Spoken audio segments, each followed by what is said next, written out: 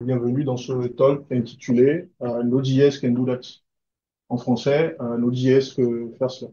Donc aujourd'hui, que vous soyez développeur front-end ou back-end, lorsqu'on a un souci, un problème à résoudre et qui est un peu complexe, ce que nous faisons aujourd'hui, on pense tout de suite à NPM. On se dit, quel module me permet de résoudre ce problème? On fait une petite recherche et hop, on ajoute une dépendance sur notre projet. Faire cela, c'est bien, ça permet de gagner du temps et de l'énergie et d'éviter des fois de réinventer la roue. Et cela n'est pas sans risque pour votre projet. Parce qu'en ajoutant à chaque fois une nouvelle dépendance à votre projet, vous vous exposez à certains risques.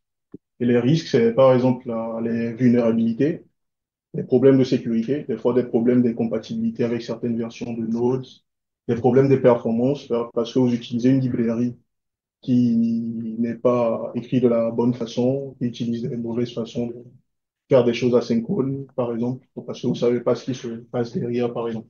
Donc, c'est le mauvais côté d'utiliser les dépendances. Mais là, force est de constater que souvent, pour certaines tâches, on ne peut pas se passer de l'utilisation des modules. L'exemple classique, c'est le fait d'écrire des tests, par exemple. Donc, on passe généralement par des outils comme Jest, Mocha, Kai, tout cela pour pouvoir écrire nos tests. Donc, c'est un mal nécessaire en quelque sorte. Mais la question se posait, dans ce cas, comment réduire ce risque pour nos projets? Donc, les solutions qui s'offrent généralement et dont les deux qu'on applique souvent, c'est soit réduire les dépendances, ou soit d'utiliser des outils qui vous permettent de réaliser l'audit de vos dépendances. Donc, des outils comme Sync, par exemple, ou des outils, des fois, qui sont payants et tout.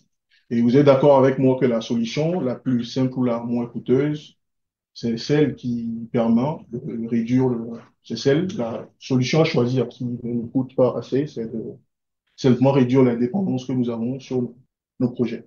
Node.js aujourd'hui a beaucoup évolué ces dernières années, donc beaucoup d'évolutions, et la majorité des évolutions sont tournées vers l'expérience, l'amélioration de l'expérience du développeur. Donc aujourd'hui, pour beaucoup de fonctionnalités, auparavant, nécessitait l'installation de paquets ou de modules tiers pour pouvoir faire l'exécution de certaines tâches. Aujourd'hui, Node nous permet de faire tout cela de façon native. Et l'idée derrière Motol, c'est de vous montrer ou de vous mettre au parfum de certaines de ces fonctionnalités pour vous permettre, si ce n'est pas le cas, à l'avenir, de réduire le- l'ajout de dépendance sur vos projets pour certaines choses que Node.js permet de faire nativement aujourd'hui. Mais avant de réaliser cela, je vais me présenter. Donc moi, je suis Modeste Sachambon, donc je suis développeur comme la majorité des personnes ici. Et j'utilise dans mon quotidien ces trois technologies que j'aime beaucoup, c'est-à-dire le JavaScript, sur lesquelles est basé Node.js et Angular. Donc, c'est des technologies que j'utilise dans mon quotidien. Et à part cela, je crée également du contenu autour de ces technologies pour partager un peu mes connaissances avec le reste du monde sur le développement web d'abord et surtout autour des technologies JavaScript.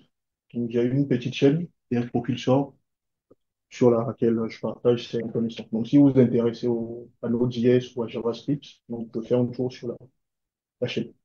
Et à côté également, j'interviens lorsque l'occasion se présente en tant que speaker sur certains événements comme des meet-ups. Donc, si nous revenons au sujet rapidement du jour, c'est de réduire les dépendances. Donc, pour chaque fonctionnalité, je dirais d'abord ce qui permet de le faire aujourd'hui sur NPM ou le module qui permet souvent de le faire dans la communauté et comment Node.js permet aujourd'hui de faire la même chose nativement. Et pour ceux qui s'intéressent aux versions de Node, j'ai mis une petite historique ici pour vous permettre de savoir sur quelle version de Node la fonctionnalité a été ajoutée, si la fonctionnalité est stable, si c'est en expérimentation et tout cela. Donc, je ne vais pas trop me focaliser sur cette partie, mais me focaliser plus sur cette partie. Donc, vous pouvez voir cette partie. Au cas où je ne mentionne pas une fonctionnalité, module NPM qui permet de le faire, donc vous pouvez juste regarder là sur le slide. Donc, si je commence par la première fonctionnalité, qui est le Watch Mode. Donc, le Watch Mode, c'est une fonctionnalité qui est très utilisée lorsqu'on développe ou on travaille avec Node, c'est-à-dire une fonctionnalité qui vous permet, lorsque vous souhaitez exécuter un script, à chaque fois qu'il y a une modification sur un dossier ou dans les dépendances d'un fichier, donc vous utilisez le mode watch pour le faire. Donc, jusque-là, le module qui est connu pour faire cela, c'est NodeMon. Donc, aujourd'hui, vous pouvez réaliser cela facilement en utilisant Node, juste en passant vos scripts, en utilisant l'option -watch ou -w, l'option simplifiée. Lorsque vous voulez suivre l'exécution d'un script, donc dans ce cas, par exemple, le cas que j'ai ici, l'exemple que j'ai ici, c'est que j'ai un fichier index.js, donc ce que Node doit faire, il doit vérifier les imports qui sont dans ce fichier. Donc ça constitue les modules dont il dépend. Donc il vérifie à chaque fois qu'il y a des changements sur ces modules, donc il va réexécuter mon fichier index.js. Donc pareil, lorsque vous voulez suivre, par exemple, un dossier qui ne contient pas de module directement importé, par exemple, dans votre fichier, vous pouvez faire la même chose en indiquant le path en utilisant le watch path. La seconde fonctionnalité, ça c'est le nerf de la guerre aujourd'hui, les tests. Donc les tests aujourd'hui, c'est quelque chose de vraiment important. Et pour ceux qui utilisent Node depuis, donc vous allez remarquer que vous pouvez écrire des tests dans Node, côté backend. Ce qui est conseillé, c'est de passer par Mocha, Kai et Sinon. Donc, c'est le seul combo qui est utilisé jusque-là pour pouvoir écrire les tests. Mais depuis la version 18 de Node, il est possible aujourd'hui d'écrire nativement des tests en utilisant Node. Donc, pour faire cela, il suffit de créer un fichier, de lui donner l'extension par défaut test.js et de l'exécuter en utilisant l'option test-test de Node. Donc ici, j'ai un exemple qui permet d'exécuter ou de démarrer un test. Donc par défaut, lorsque je fais un nouveau test, il va chercher tous les fichiers qui possèdent l'extension test.js dans mon dossier ou dans mon projet et les exécuter. Dans mon dossier courant et les exécuter. Donc si nous voulons par exemple au cas où vous souhaitez changer l'extension, parce que nous sommes habitués à utiliser des fichiers qui portent généralement l'extension spec, donc vous pouvez également spécifier ça de cette façon. Donc, pour ce qui est du support aujourd'hui, des tests, donc aujourd'hui, Node fournit les deux façons d'écrire des tests, c'est-à-dire la façon BDD que nous connaissons souvent, surtout pour ceux qui sont habitués au développement front-end. Donc, nous sommes habitués à écrire des tests qui respectent le format BDD, c'est-à-dire l'utilisation des describe pour décrire les test suites et l'utilisation du it pour pouvoir décrire les test cases. Donc, avec les hooks, les différents hooks pour pouvoir exécuter un code en fonction selon que vous souhaitez exécuter un code avant un test, un cas de test, ou selon que vous souhaitez exécuter un code après un cas de test, etc. Donc, nous avons la deuxième façon qui est le TDD, l'approche TDD ou le style TDD également qui est supporté par Node et qui s'apparente à l'utilisation du mot-clé suite, de la fonction suite pour pouvoir décrire vos suites de tests et tests pour pouvoir écrire vos test cases. Et en plus de cela, Node.js nous fournit également aujourd'hui des fonctions utilitaires pour pouvoir réaliser des doublures des dépendances de vos tests. Donc les mocks, comme on l'appelle de façon générale. Donc vous avez la possibilité aujourd'hui de pouvoir créer des spies, des mocks, des fakes et tout ça en utilisant juste pas besoin d'une installation. Donc tout cela provient du paquet, plutôt du module test disponible au niveau de Node de façon native.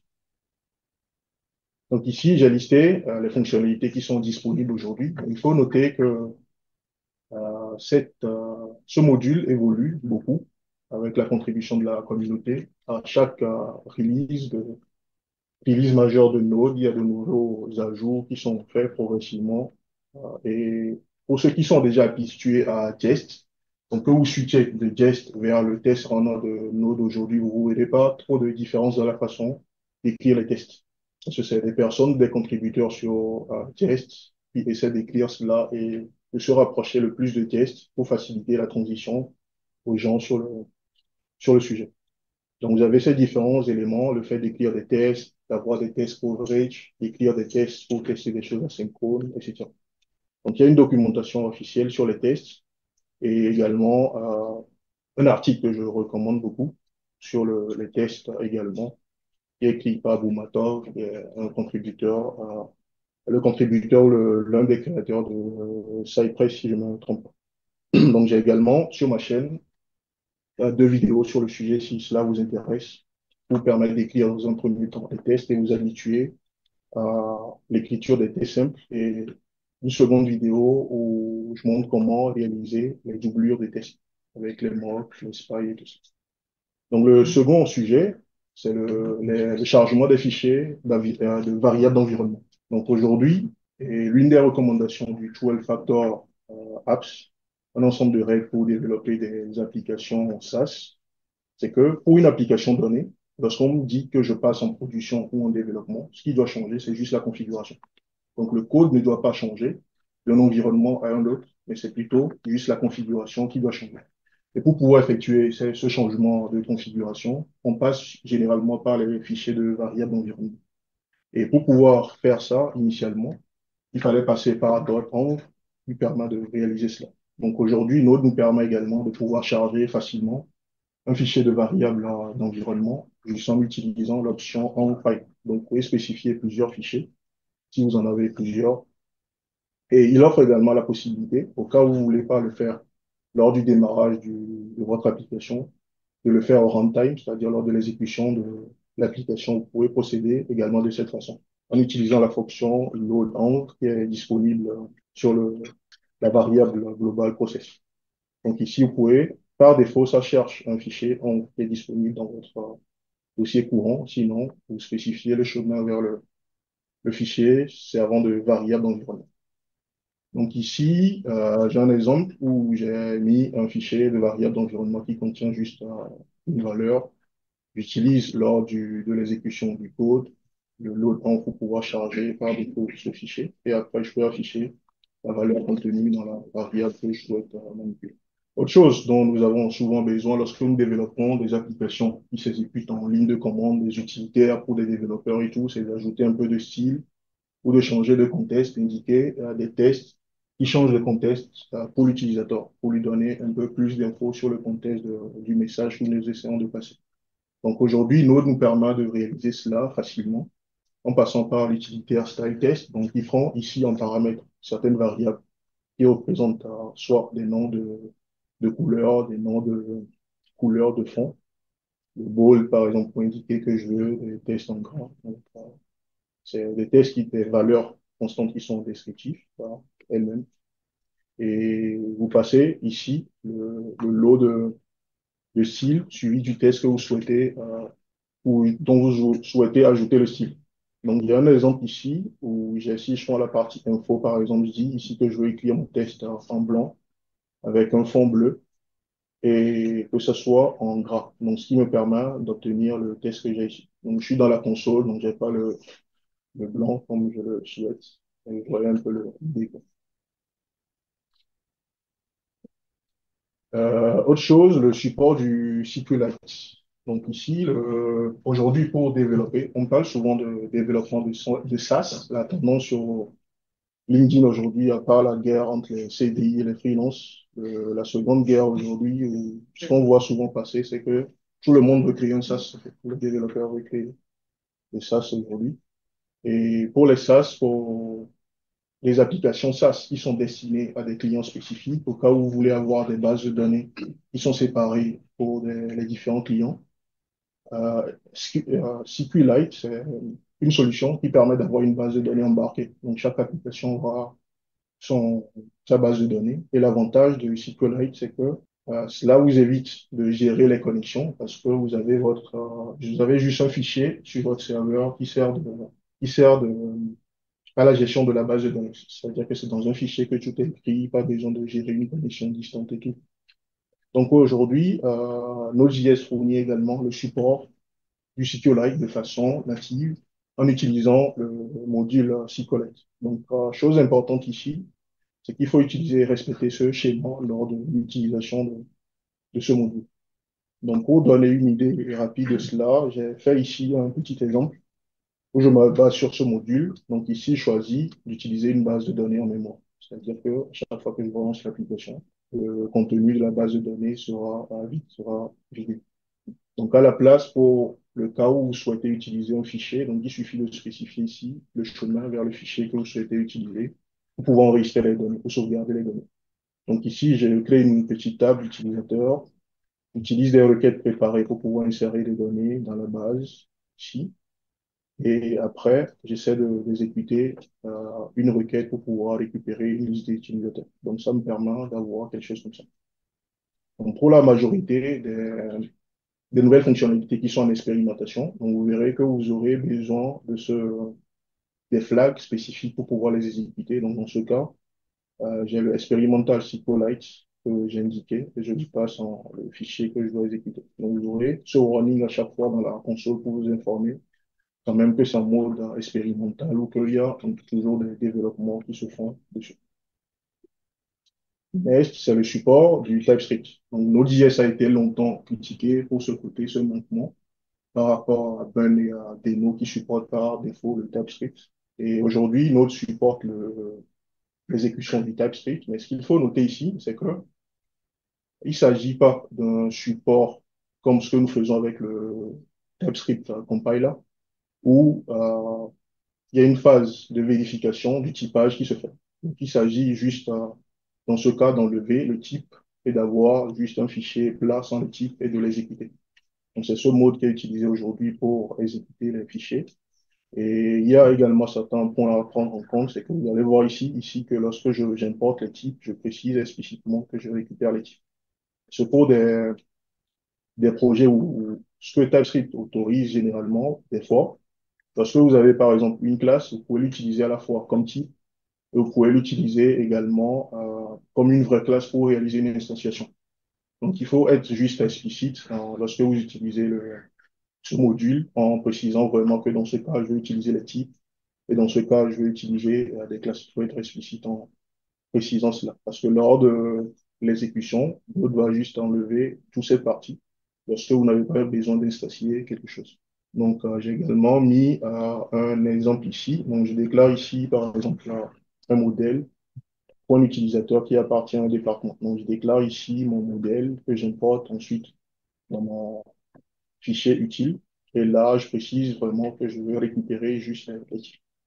Et après, je peux procéder à l'exécution de ce module, de ce script en utilisant le experimental script type. Donc, son nom l'indique, il permet d'enlever le typage. Donc, à chaque fois que vous avez des fonctionnalités qui sont encore en cours de développement ou des améliorations se font dessus, donc vous aurez le warning quand même qui vous dira que le script est en mode, donc plutôt la fonctionnalité en mode warning. Et puis, autre chose importante aussi, c'est que cette fonctionnalité ne supporte pas les interfaces et les ennemis. Raison pour laquelle il faut être explicite, lorsque vous devez créer des types, il faut plutôt utiliser des interfaces, il faut plutôt utiliser des types au lieu des interfaces. Autre chose aussi, c'est le support ou la compatibilité ISM et CommonJS. Donc, longtemps, côté Node.js, le souci qu'on a eu, c'est la compatibilité avec le module ISM. Et nous savons tous que le module ISM apporte beaucoup d'avantages. Donc, l'un des plus importants, c'est le fait de pouvoir charger dynamiquement un module à la demande. Et c'est ce qui permet, dans les applications côté front-end, de pouvoir faire le lazy loading, c'est-à-dire le chargement d'un module à la demande. Le CommonJS ne permet pas de faire cela parce que le CommonJS fonctionne en mode synchrone par défaut. Donc aujourd'hui, nous avons le support de cette compatibilité avec quelques règles à respecter, à savoir que votre fichier ISM, vous devez déclarer cela explicitement que c'est un fichier ou un module plutôt ISM en utilisant le MJS comme extension. Et autre chose, c'est que ce fichier ne doit pas contenir d'import dynamique en utilisant la fonction import que nous avons et qui est suivie généralement d'un den pour dire que je récupère le module importé. Donc, c'est les conditions à utiliser qui permettent de pouvoir faire cela. Donc, initialement, lorsque vous essayez d'exécuter un module ESM en utilisant Node, donc vous aurez ce problème. Et ce problème, c'est un problème, un grand problème parce que c'est un problème que vous ne pouvez jamais détecter avant l'exécution du code. Donc, il se peut, par exemple, que vous importez un module tiers, le module charge dynamiquement des choses et c'est seulement en production que vous aurez ce problème. Donc, il n'y a pas de façon de résoudre cela. C'est ça le grand problème, le grand souci de cela. Donc, vous utilisez un module et c'est en production que vous avez l'erreur lors du runtime. Donc, aujourd'hui, le problème est fixé juste pour la partie synchrone pour permettre de pouvoir faire directement du require sur un module qui est ISM. Donc, ici, j'ai un exemple. Bon, pour le ISM, pour ceux qui le savent, la particularité des ISM modules, c'est le fait d'utiliser des imports et des exports pour pouvoir exporter ou importer des choses. Et la particularité du CommonJS, c'est qu'on utilise require pour pouvoir travailler et on fait module.export lorsqu'on veut exporter les choses. Donc ici, j'ai un fichier pour un module que j'importe dans un autre module qui est ici, du CommonJS. Et j'arrive à exécuter le contenu. Et là, on voit que j'ai des informations sur le module que j'importe. Donc, il me dit que c'est un ISM module et que le default import, que ça pointe sur cette classe. Donc, voilà. Et le dernier point, pour la dernière fonctionnalité, c'est que pour exécuter des scripts qui sont contenus dans notre fichier package.json, il fallait faire npm run, le nom du script qu'on souhaite exécuter. Et ça même donner plus tard le nom npm script au, au script qui s'exécute de cette façon. Donc aujourd'hui, vous pouvez exécuter ces scripts en faisant juste node run suivi du nom du script en question. Donc, j'ai un exemple ici. Donc, initialement, pour pouvoir exécuter, par exemple, le script grit ici, donc il fallait faire npm run grit. Et aujourd'hui, vous pouvez faire juste un node run grit et vous avez le même résultat. Donc, pour des ressources, j'ai mis quelques liens ici dont je partagerai le slide avec l'équipe Node.js Paris si vous voulez explorer un peu ces différents aspects de la chose. Et merci pour votre attention et si vous trouvez que vous avez appris quelque chose de nouveau à travers ce talk, faites des applaudissements pour vous-même.